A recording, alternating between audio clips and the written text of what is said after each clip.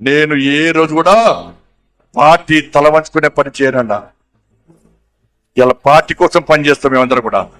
ప్రతి భారతీయ జనతా పార్టీ కార్యకర్త జై శ్రీరామ్, భారత్ మాతాకి జై అని నేను భారతీయ జనతా పార్టీ కార్యకర్తని చెప్పి తలెత్తుకొని సగర్వంగా తలెత్తుకునే విధంగా పనిచేస్తుంది తప్ప పార్టీకి తల వంచే పని చేయనన్నా.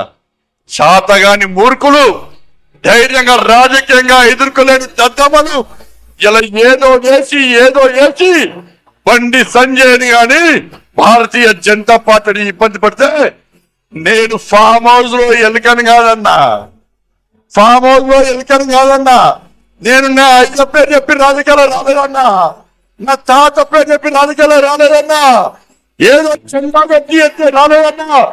నేను కాసేపు చెండాను, కమలపు చెండాను భుజం మీద మోసుకొని సామాన్య కార్యకర్తగా నా రాజకీయం ప్రారంభించి ఒక రాష్ట్రీయ స్వయం సేవక, ఒక ఏబీవీపీ కార్యకర్తగా, ఒక యువమోర్చా కార్యకర్తగా, ఒక నరేంద్ర మోడీ శిష్యునిగా భారతీయ జనతా పార్టీ కార్యకర్తగా పనిచేస్తున్నప్పుడు సగర్వంగా భారతీయ జనతా పార్టీ కార్యకర్తని తలెత్తుకొని తిరిగి పనిచేస్తున్నప్ప తల వంచే పని చెయ్యన్నా.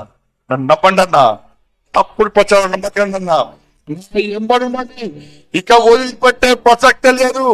ఈ రోజు నుంచే మోడీ గారు ఈ రోజు వచ్చిపోయిన తర్వాత ఈ రోజు నుంచే తెలంగాణ రాష్ట్రంలో తెలంగాణ అభివృద్ధి ధర్మం ఆధారితంగా తెలంగాణ రాష్ట్రాన్ని అభివృద్ధి చేయాలంటే జై శ్రీరామ్, జై తెలంగాణ, జై శ్రీరామ్, జై శ్రీరామ్. ధన్యవాదాలు. జై శ్రీరామ్, జై తెలంగాణ.